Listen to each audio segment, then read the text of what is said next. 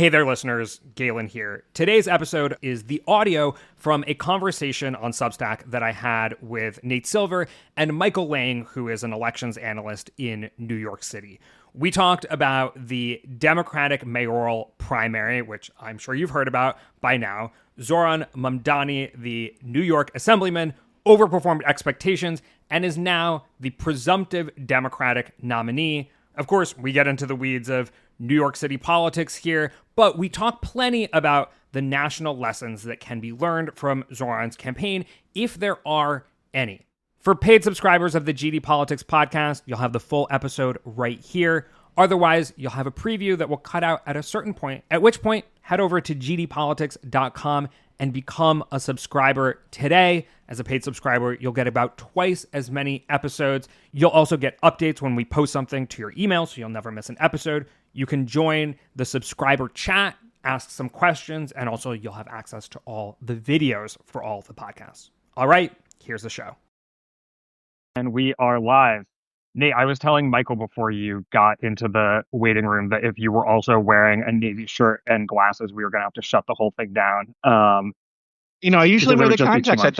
I thought we'd mix it up. Three white guys with glasses talking about New York. It's a certain genre, I guess, that we're going for.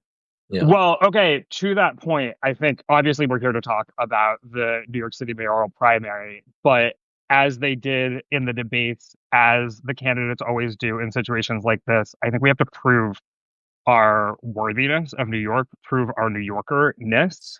I think Michael might have a speed on this, but Michael, why don't you introduce yourself and lay out why you count as a New Yorker? Oh, hi. My name is Michael Lang, Lange.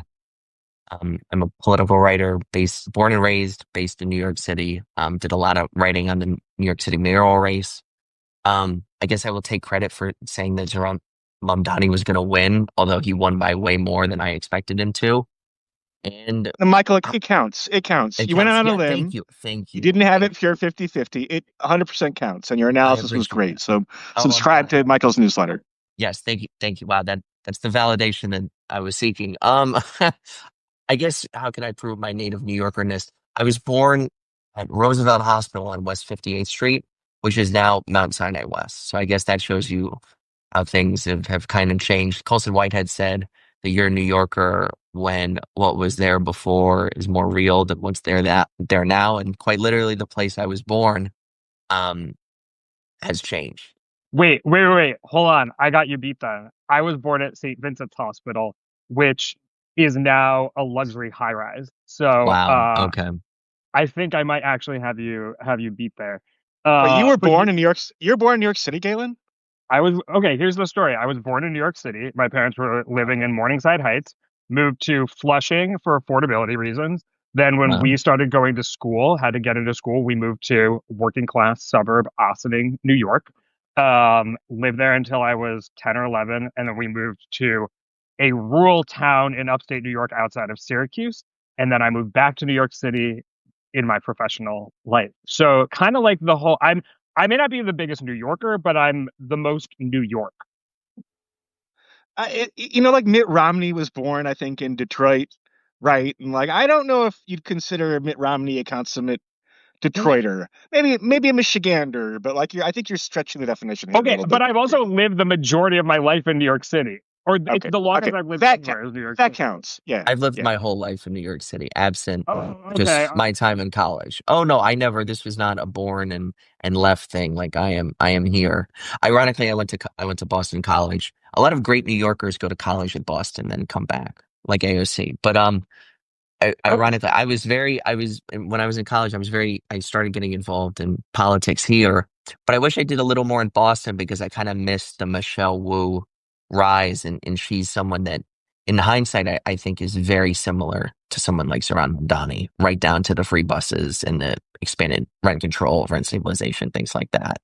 And that's I guess people will make that comparison for being a more favorable pathway. You'll hear probably Brandon Johnson's name. I had some Chicago friends texting me about, oh no, he's very unpopular, but there are the two paths, right? It's the Michelle Wu or Brandon Johnson. Nate, we got to get to top line takeaways, but first tell us why you count as a New Yorker, why you are qualified to I speak on this Substack Live. I think because like I get really defensive when like people from not New York criticize New York and pretend New York is like some type of hellhole, like especially like the free market Silicon Valley types. I mean, look at the fucking rent in New York, right? Which is a big theme, affordability in the The girls campaigns. are But like, crashing. if you're, The girls are crashing out online. I mean, look, I think people misunderstand. I think people don't understand the incredible diversity that you have in New York, including politically, right? It's like not monolithic, progressive, and that texturedness, right? I don't know as well as Michael, but like I've lived in a few different No, yeah. neighborhoods now, and I'm someone who gets around the city, and the texturedness of New York. Like someone was saying online the other day, like New York is ugly. I think New York, if you're like walking, you're running like the Williamsburg Bridge or something. There's so many beautiful. It's not beautiful like quite a conventional way, but I think New York is kind of pretty. Even that's how I'm a New Yorker. Well, Not let every me corner of it. That was beautiful. On that point, let me tell you how I started my day. Going for a run in Prospect Park and getting stuck behind a garbage truck that was going at exactly the same Oh, speed yeah. that I was jogging, picking up all the trash in Prospect Park. So it is beautiful and also complex and quite smelly. But okay, Michael, since you are the star of the show in a way, since you predicted Oh Zoran's boy. victory, why don't you start with your top line takeaway? My top line takeaway is that, and shameless plug, I published an article in the New York Times yesterday about this very thing. So please check that out. There's a great interactive map. I don't get to do that very often, but Zohran Mamdani, he assembled this coalition that number one is of it's of the demographics in New York that are currently growing the most, right? The young urban professional class, young a young and very diverse Asian and Hispanic electorate. And he did really well with people who are working class, middle class, and upper middle class. But the theme that kind of brings them all together is that they are overwhelmingly renters. Whereas Andrew Cuomo did quite well with the homeowning class, particularly the black homeowning middle class, and then the ultra wealthy, right? Fifth Avenue, Central Park West, Riverside Drive, and then also with Orthodox and Hasidic Jews. But he kind of started the race with really pronounced advantages everywhere across the electorate, right? And over the last couple of months, Zohran has really basically whittled into that lead and reduced his coalition like quite significantly. I was saying earlier, Nate, before you jumped on, I was like, this is the most embarrassing 36% I can remember. 36% is much higher than what Eric Adams had on the first round last time. But it really, I mean, just looking at the map, it really felt like Cuomo's coalition was a shell of what it once was. And in many respects, it is. The last time he was on the ballot in New York City, he won 66% of the vote against Yeah. Cynthia Nixon. Now, I mean, I mean, it was crushing, only up by 7, but by the final round, it'll probably be between 11 and 14%. He was crushed by the very person that he wanted the one-on-one with. So be careful what you wish. So I remember that night of the 2018 gubernatorial primary. I was like out with my friend at like kind of a hipster bar in like I don't know central Manhattan, Flatiron, to the extent there are any. Um, and there was like a younger couple next to us, and they were expressing dismay. Oh, looks like Cuomo's gonna win. And my friend she's kind of a moderate Democrat. She's like, well, of course he is, right? Like it's Cuomo's really popular, and what did you think that Cynthia Nixon could win? So what changed, Michael, or Galen for that matter? I'm taking over hosting duties, I guess. What changed between 2018 and 2024? How much of it, or 2025, excuse me, how much of it is New York City versus New York State? How much of it is the sexual harassment scandals or scandals? How much of it is the mood shift in the country? What do you think? Yeah, that's an excellent question. I mean, I think it's important to say that Cuomo wasn't even really at his true apex in 2018. That kind of came in 2020. People wanted him to take over from Joe Biden, swap the sleepy Biden off the ticket for, Andrew Cuomo, who did all those daily pandemic briefings, which, he was genuinely Oh yeah. good at that, right? And also, people wanted him to run for president in 2024. And then so 2020 was kind of his apex. And then very quickly, he has the fall from grace, right? sexual harassment allegations start coming out. It's revealed that they intentionally undercounted nursing home deaths during the pandemic by several thousand. They rewrote a report.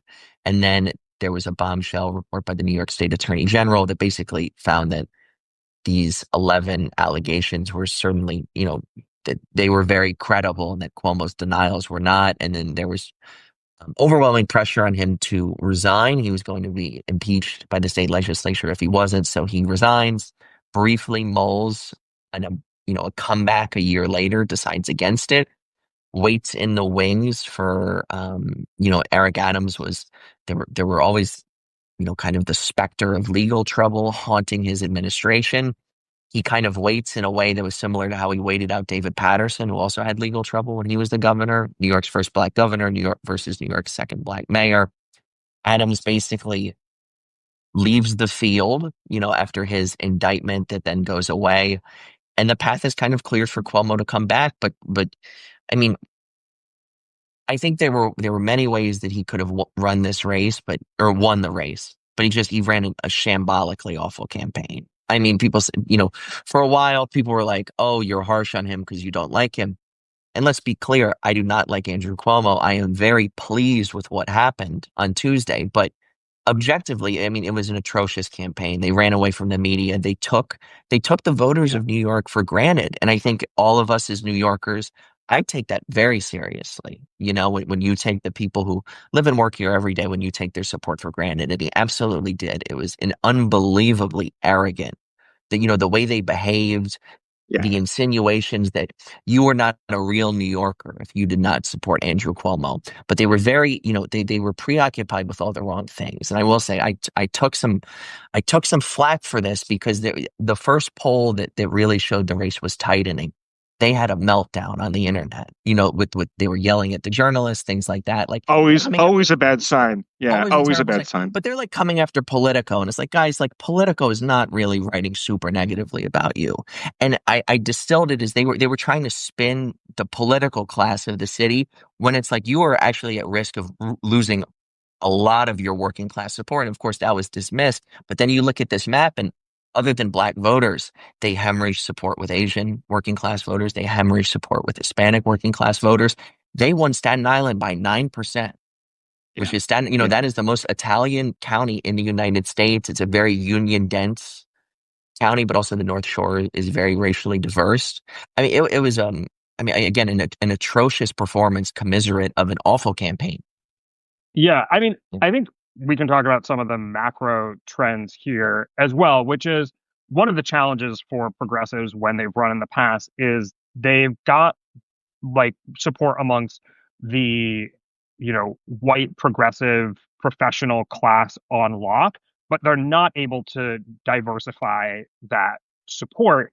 And it looks like Mamdani was able to do that. And what was the issue that he probably did that on? Affordability. I mean, if you sort of just look at the streetscape of the city, the only evidence that there was a New York mayoral campaign going on were all of these Make New York Affordable signs from Zohran Mamdani's campaign.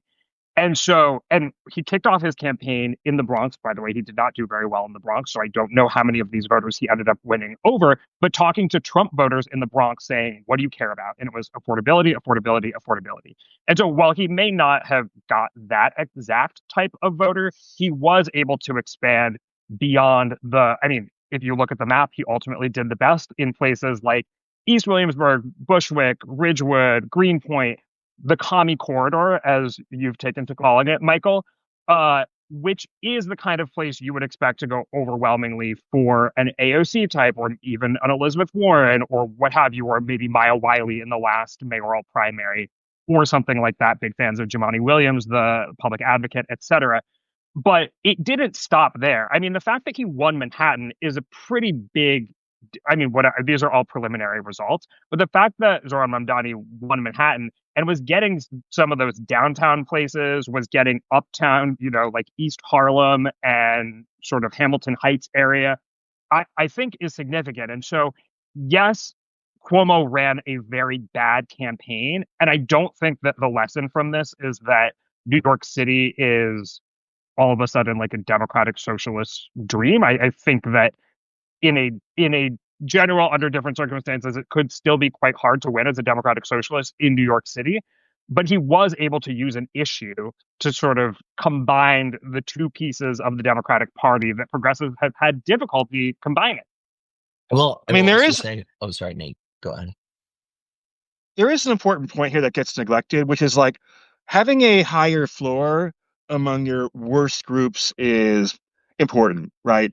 He got his core, the commie corridor, whatever else, right? Upper middle class kind of New York Times readers, even though the Times kind of anti-endorsed it. We can talk about that potentially. People ignored that, it seemed like. But like he has broad enough appeal and presented enough energy that Mamdani held his own even in Staten Island, for example. Even in the Upper East Side, yes, the actual Central Park East voted for Cuomo. You go just a couple more blocks in, right, and you start to see some Mamdani precincts there as well. Yeah, Cuomo. I mean, people are like, well, Cuomo ran like a lot of like ads on like linear TV, right? I don't watch TV, right? I read the internet and have conversations with friends, but mostly read the internet and walk around my neighborhood a lot. And there was like no presence whatsoever of like Cuomo's campaign, right? He had no themes. He was not like a protagonist of the story almost. He became an antagonist and allowed Mamdani to become the protagonist, right? And like I don't know, I because it's always easy to say post facto,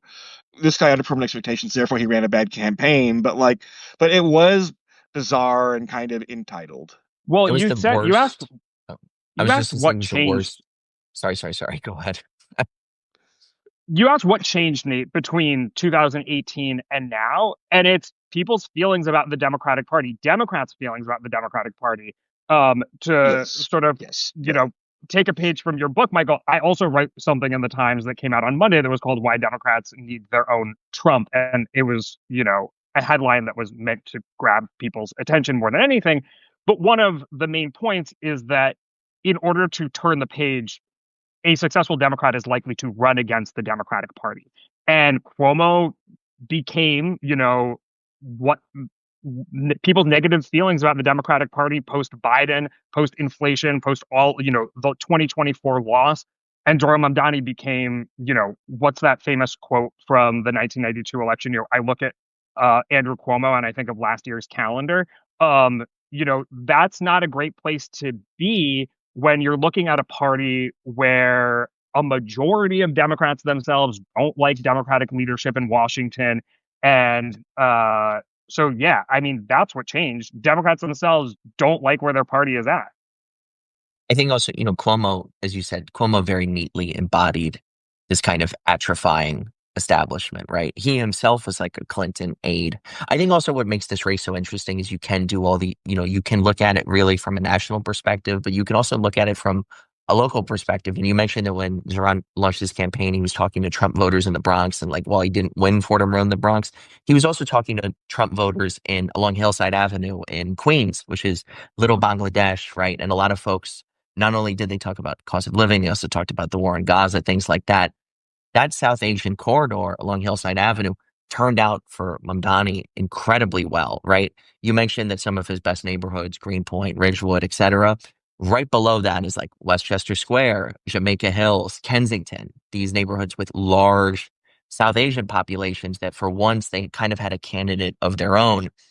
And while, of course, he did well with kind of the younger urban professional class, he just dominated purely with voters under 45, with voters under 50 across all races, right? And you cannot sweep all of Bushwick, sweep all of Bedford-Stuyvesant, sweep all of Hamilton Heights without those types of margins. Cuomo was so reduced that in those neighborhoods, all he could win were public housing developments and senior centers.